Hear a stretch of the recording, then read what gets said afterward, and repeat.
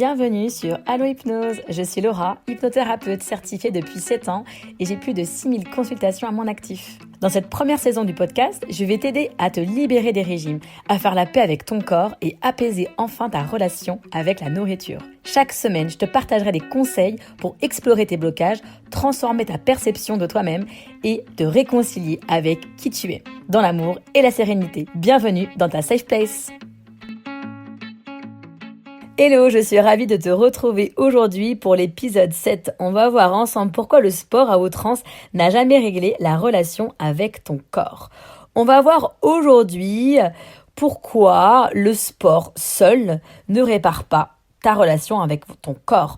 On va voir aussi les croyances autour du sport, l'impact négatif du sport à outrance et les alternatives pour une approche plus saine. Alors j'aimerais peut-être qu'on commence plutôt par les croyances qui existent autour du sport. Tu sais, ces fameuses phrases qu'on peut voir et entendre comme quoi c'est indispensable pour perdre du poids. On le voit partout et encore. Ça veut dire que même si de plus en plus on véhicule un message comme quoi le sport va venir bien sûr travailler sur tes muscles, il va venir te muscler, te raffermir. Le sport c'est hyper bon, ça permet d'éviter de tomber en dépression parce que ça va justement activer notre système sympathique.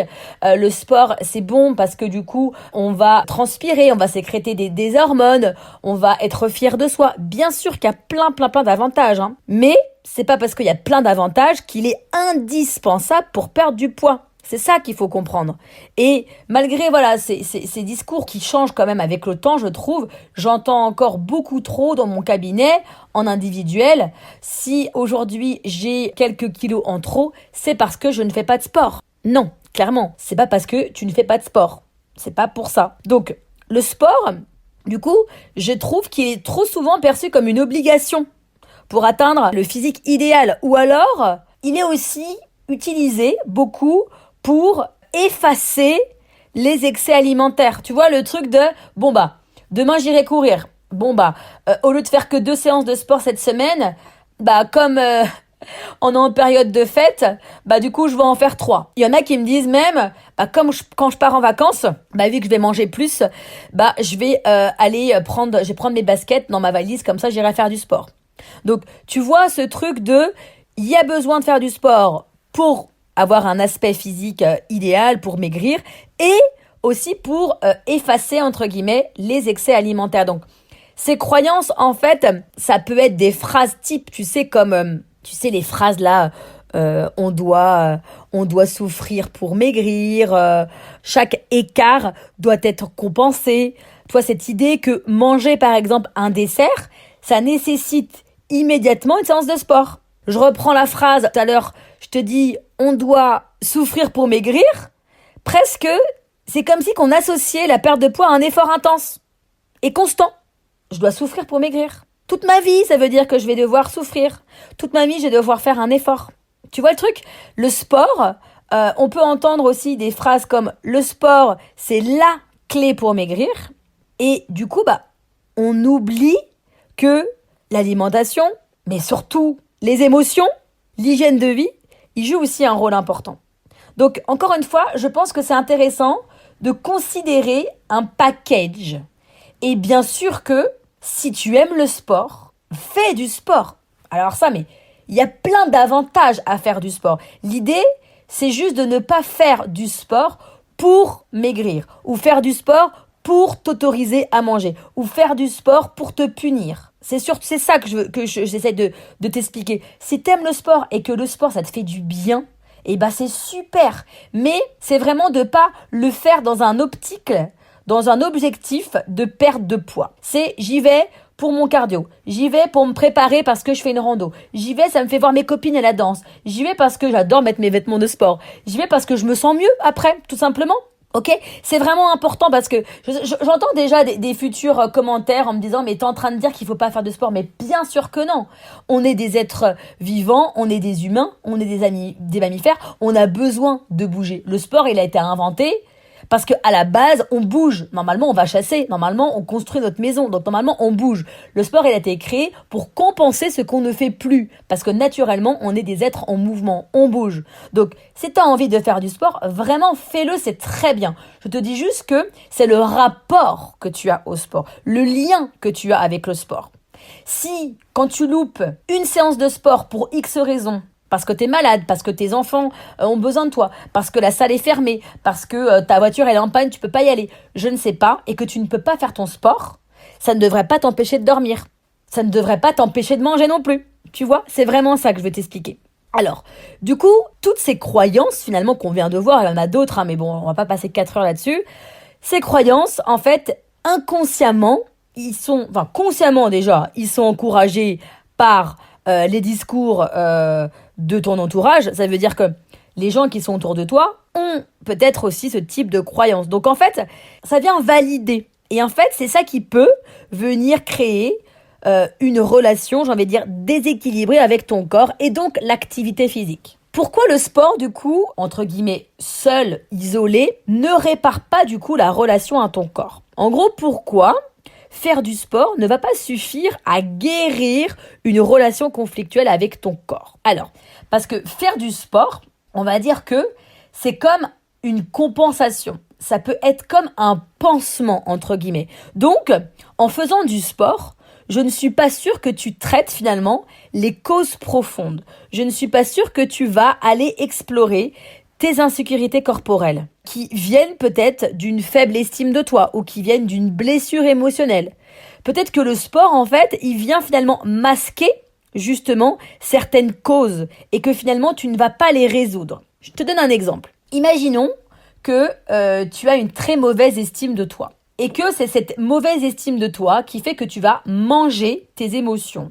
Et du coup, avoir peut-être des kilos en trop pour toi. Donc, tu vas peut-être faire du sport pour maigrir, mais pas que. Peut-être que inconsciemment, tu vas faire du sport pour réussir des challenges, des défis, pour venir rehausser ton estime. Donc, mais peut-être que tu le sais pas tout ça. Donc, tout ça pour te dire que c'est hyper intéressant d'aller faire du sport pour rehausser l'estime. Mais si tu en as conscience. Donc, c'est en ça que je veux dire, c'est que le pansement que tu mets, il va finir par se décoller. L'idée, c'est d'avoir conscience, de dire, ok, peut-être qu'aujourd'hui, j'ai un manque d'estime de moi. Je vais travailler sur mon estime. Effectivement, je vais voir le sport comme une manière de rehausser mon estime. C'est le chemin.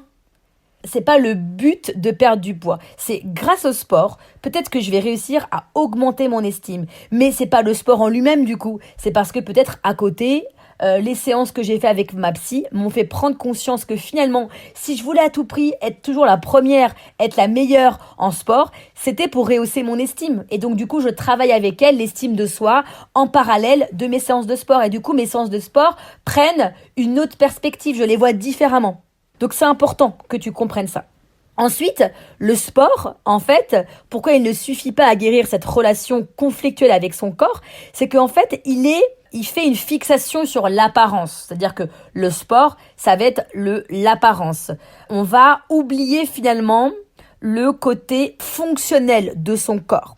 Donc lorsque le sport, en fait, il est uniquement utilisé pour modifier le corps, comme je te le dis, juste avant, il peut justement renforcer encore plus l'insatisfaction du corps qu'on n'a pas, plutôt que de la réduire. Donc, si j'utilise le sport pour augmenter mon cardio, pour me sentir plus confiante dans la vie parce que j'ai réussi un combat de boxe, là, du coup, c'est intéressant. Mais si j'utilise le sport pour modifier uniquement mon corps et ma silhouette, en fait, je risque justement d'être déçue. Et au lieu d'être mieux, je vais être encore moins bien. Ensuite, le sport ne suffit pas à guérir d'une relation conflictuelle avec ton corps parce que il peut, pas pour tout le monde bien sûr, mais il peut devenir une obligation. Et en fait, au lieu d'être allié avec ton corps, au lieu enfin d'être main dans la main ensemble, d'écouter les besoins de ton corps, en fait, tu vas être déconnecté du plaisir parce que ça va devenir une obligation. Ça veut dire que tu vas t'obliger à aller faire ton sport. Tu vas arrêter de l'écouter. Et ça va créer en fait de la culpabilité si tu n'en fais pas, ou de la frustration si tu ne fais pas autre chose. Ça va devenir une vraie pression interne. J'espère que c'est clair sur ce que je te dis. C'est vraiment un sujet hyper intéressant. Alors, on peut voir ensemble maintenant les impacts négatifs du sport à outrance. Tout peut être une addiction. Il y en a qui me disent, mais c'est pas mauvais d'être addict au sport. Mais en fait, c'est pas l'objet sur lequel on est addict qui est mauvais, c'est la relation avec laquelle nous sommes. C'est le lien toxique, le lien enfermant, emprisonnant qui devient dangereux. Donc, si le sport, il est à outrance, ça peut être dangereux. C'est la pratique excessive qui peut être dangereuse à la fois au niveau physique et au niveau mental. Je vais te donner plein d'exemples, je vais t'expliquer. Surtout si c'est mal encadré. Le sport, peu importe lequel tu fais, il peut avoir vraiment de grosses conséquences. Donc déjà, l'addiction au sport, c'est une dépendance, comme je te le disais. C'est une dépendance à l'effort. C'est-à-dire qu'on cherche vraiment à ressentir les limites. On cherche à sécréter du coup des hormones qui font qu'on se sent bien après le sport. On cherche en fait à ressentir le bien-être qu'il y a après. Ça veut dire qu'il y a du plaisir à se faire du mal, entre guillemets, quand on y va trop, quand on n'écoute plus son corps, quand on n'écoute pas les limites. Et il y a du plaisir dans la sensation de s'être fait mal, d'avoir été au bout. Et il y a aussi du coup, le problème dans l'addiction au sport, c'est qu'il y a de la culpabilité quand ce n'est pas fait. Et il y a un mal-être en cas d'interruption. Exemple, quelqu'un qui est addict au sport, même si, voilà, je te disais, elle part en vacances, elle part en week-end. Je sais pas moi, si tous les matins, elle part courir, même si elle part en week-end avec ses amis, elle va le soir peut-être se coucher tôt, manger en conséquence parce qu'elle sait que le matin, elle va aller courir à jeun. Donc ça, c'est une vraie addiction, c'est que quand tout son quotidien dépend que de ça. C'est-à-dire qu'elle ne changera rien, c'est le centre. Elle ne va pas arrêter, elle va tout faire en fonction. Donc c'est pas possible d'annuler, c'est pas possible de sauter un cours. Donc tant pis. Je sais pas, par exemple, on a passé les fêtes de Noël. C'est pas parce que Noël c'était le mercredi. Normalement le mercredi matin je cours, peu importe qu'il y ait Noël ou pas, je vais courir. Je suis en vacances, même si je connais pas les endroits, je vais courir. Si par exemple je suis quelqu'un qui fait du sport dans une salle de sport, je vais trouver même un abonnement pendant le mois où je suis en vacances. C'est vraiment important. C'est vraiment, tu ne peux pas t'empêcher de faire du sport. Parce que sans ça, tu culpabilises. Sans ça, tu ne donnes pas accès, tu ne t'autorises pas à manger. Sans ça, tu te trouves peut-être moche, peut-être grosse. Peut-être que sans ça, tu as l'impression que tu n'arrives pas à évacuer. Sans ça, tu crois que tu vas grossir, etc. Et si tu ne fais pas ce sport, peut-être que tu culpabilises énormément. Donc ça, c'est vraiment une des conséquences les plus importantes. Et on minimise l'addiction au sport. Et il y en a beaucoup, beaucoup, beaucoup. Je vois sur les réseaux sociaux, je vois vraiment les addictions au sport. Ensuite, les impacts négatifs du sport à outrance, ça peut être la blessure. Ça veut dire qu'il y a le surentraînement. Ça veut dire que même si j'ai la cheville blessée, je vais quand même faire de mon sport. Ça veut dire qu'il peut y avoir une fatigue chronique. Et la fatigue chronique, elle peut entraîner. Du coup, en fait, c'est un cercle vicieux. C'est que si je suis fatiguée, je vais pas être dans mon état ventral de sécurité. Donc, je peux sécréter de la cortisol, de la noradrénaline, l'adrénaline pour pouvoir finalement réussir à passer ma journée. Et en fait, toutes ces hormones-là vont faire que je vais stocker davantage. Donc, c'est un cercle vicieux. Donc, du coup, ça va être vraiment de la fatigue chronique. Les conséquences de la fatigue chronique, ça peut être des douleurs musculaires, des douleurs articulaires. Donc, vraiment, on n'écoute plus le corps. On n'est plus du tout en lien. On n'est plus en train d'écouter son corps. Au contraire, on continue finalement d'être au conflit avec lui. Ensuite, les conséquences qu'il peut y avoir, c'est l'hyper-contrôle. C'est-à-dire qu'on va avoir cette fameuse montre connectée qui nous dit nos performances, le nombre de calories qui a été brûlé, qui dit la fréquence cardiaque à laquelle j'ai été, etc. Et en fait, ça, c'est hyper dangereux. L'hyper-contrôle aujourd'hui, c'est vraiment mauvais. Il y en a beaucoup qui me disent que j'ai en consultation individuelle qui ont des balances connectées. Elles voient leur courbe de poids, elles se pèsent tous les jours. Elles ont la montre qui dit quand elles ont dormi, combien d'heures, les calories brûlées, le nombre de pas, tout ça. Et en fait, tout ça, c'est un comportement d'hyper-contrôle qui est vraiment malsain. Et donc, ça fait vraiment une fixation qui est emprisonnante, en fait, sur les performances, sur les calories, sur la balance. Vraiment, ce sont des grosses conséquences. Donc, vraiment, faites attention à tout ça. Après, ça peut être donc l'isolement social, c'est-à-dire que comme le sport il prend toute la place dans la vie de cette personne, de toi peut-être, et finalement ça passe au détriment des relations sociales et des moments de détente. C'est que tout tourne autour de ça. Je vais pas aller au cinéma parce que j'ai sport. Je vais pas aller au théâtre parce que j'ai mon sport. Je vais annuler je sais pas moi, on m'invite à aller danser, non, c'est l'heure de mon sport, j'y vais pas, etc. C'est que tout tourne autour de ça. Donc ça, c'est vraiment quand même hyper important de le prendre en compte. Donc, les alternatives, du coup, pour avoir une approche plus saine, vous l'avez compris, bien sûr que vous pouvez avoir et faire du sport. Mais c'est vraiment trouver l'équilibre. Le sport doit être perçu comme un plaisir et non une punition. C'est un plaisir. C'est un plaisir, ça m'apporte de la légèreté, ça m'apporte ça m'apporte du moment de bonheur, ça m'apporte de la joie, ça m'apporte un moment sympa, ça m'apporte une déconnexion, bien sûr. Ça va être vraiment finalement de revenir, peut-être une approche plus saine pour certaines personnes, ça peut être de revenir à des activités plus spontanées. Peut-être que je peux privilégier des sports plutôt amusants, comme de la danse, de la balade, nager, comme Alors quand je dis nager, ça peut être je suis à la piscine, je m'amuse avec mes enfants, je nage, je saute, je plonge, je vais me balader, je fais du vélo. Je bouge, je m'amuse, mais c'est pas quelque chose de carré, de strict, d'exigeant, où on attend une performance, où on attend un nombre de calories qui a été brûlé. Ça va être comme approche également de pouvoir finalement écouter ton corps. Donc de respecter tes besoins, de respecter tes limites sans culpabiliser.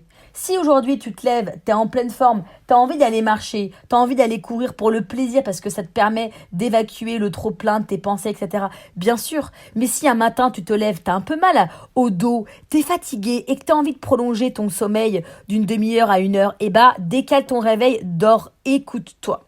Et ensuite, ça va être de pouvoir aussi changer en fait ton processus, c'est-à-dire pas changer juste les mots, ça veut dire que te dire je bouge parce que ça me fait du bien au lieu de te dire je dois éliminer pour pouvoir manger, ça ce sont des phrases que tu peux te dire mais ça ne suffit pas de te les dire. Le mental, le cognitif, il a un pouvoir sur le corps mais de 20% seulement, alors que le corps, il a un pouvoir sur 80% sur le cognitif. Donc, l'idée, c'est que si tu te dis ce genre de phrase de « Allez, maintenant, je bouge que si ça me fait du bien, pour que ça me fasse plaisir, pour passer un beau moment », tu peux te le dire, mais c'est pas juste le dire pour le dire, c'est le dire en ressentant la vibration qui est associée avec. C'est vraiment « je le sens ». Je suis en accord avec la phrase. Et si tu vibres, là, ça aura un impact. Sinon, ça sert à rien. Ça serait, si juste se dire le matin, maintenant à partir d'aujourd'hui, je ne me dis plus, je me dis ce genre de phrase positive. Si ça marchait juste en se le disant, on aurait tous et toutes, on serait toutes hyper équilibrés. Non, c'est vraiment, je peux utiliser une phrase positive, mais pour qu'elle fonctionne, il faut que j'ai la vibration associée qui va avec pour que mon corps le ressent. Donc ça, ce sont des choses déjà que tu peux faire. Après, forcément, l'hypnothérapie, ça peut vraiment t'aider en profondeur à aller soigner, à aller te réconcilier avec la relation que tu as avec ton corps et ton alimentation. Déjà, en fait, en reprogrammant un petit peu la vision du sport, ça veut dire que grâce à des séances bien ciblées, l'hypnose, du coup, elle peut t'aider à associer l'activité physique à des moments, à des sensations positives et non à des contraintes. Donc ça, c'est important. C'est vraiment, je change la manière dont je vois le sport. Ça peut t'aider aussi, l'hypnothérapie, à venir libérer des croyances limitantes. Donc du coup, peut-être travailler aussi sur les idées reçues que tu avais peut-être sur le sport. Donc déjà, travailler sur les croyances limitantes. Ça peut être aussi travailler sur le contrôle. Ça veut dire que peut-être que tu es une personne qui aime contrôler. Et finalement, le sport, c'est une manière pour toi de reprendre le contrôle. Donc l'hypnothérapie peut t'aider à t'apprendre à lâcher prise, vraiment, à déculpabiliser sur toute la notion sur ton poids, sur la prise de poids, etc. Ensuite, l'hypnothérapie, ça t'aide vraiment à te réconcilier avec ton corps, à en faire un allié, à aussi faire la paix avec ton alimentation. C'est vraiment, je me reconnecte à mon corps. J'apprends à ressentir mon corps comme un allié et non comme un ennemi. Donc voilà, il y a plein de choses sur lesquelles on peut venir travailler. Ensuite, on peut travailler également sur, finalement, qu'est-ce que je cherche à travers le sport? Cherche à maigrir, ok, on va travailler sur la relation avec ton alimentation et ton corps. Je cherche peut-être à travers le sport, si c'est à outrance, je cherche à avoir plus confiance en moi. Mais finalement, j'en fais tellement de sport que je suis fatiguée, je me suis blessée. Et peut-être que l'hypnose aussi peut t'aider à rehausser ta confiance, etc. Donc ça, c'est important de comprendre que l'hypnothérapie, ça t'aide à travailler sur la source, sur le fond. Donc, tout ça pour te dire que tu peux te libérer des croyances négatives autour du sport, autour de l'apparence, et que c'est un chemin en fait.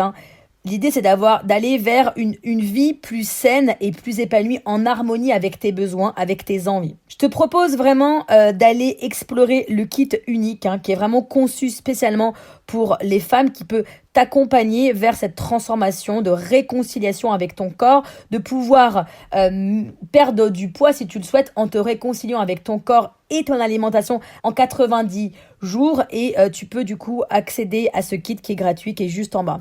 En attendant, je te souhaite une très belle journée, fin de journée, début de journée, je ne sais pas. Et je te dis à très bientôt pour le prochain épisode. Merci d'avoir écouté cet épisode jusqu'au bout. S'il a été utile, n'hésite pas à le noter avec 5 étoiles sur Apple Podcast, à me laisser un avis et à t'abonner sur ta plateforme d'écoute préférée pour ne pas rater le prochain. Prends soin de toi, à bientôt!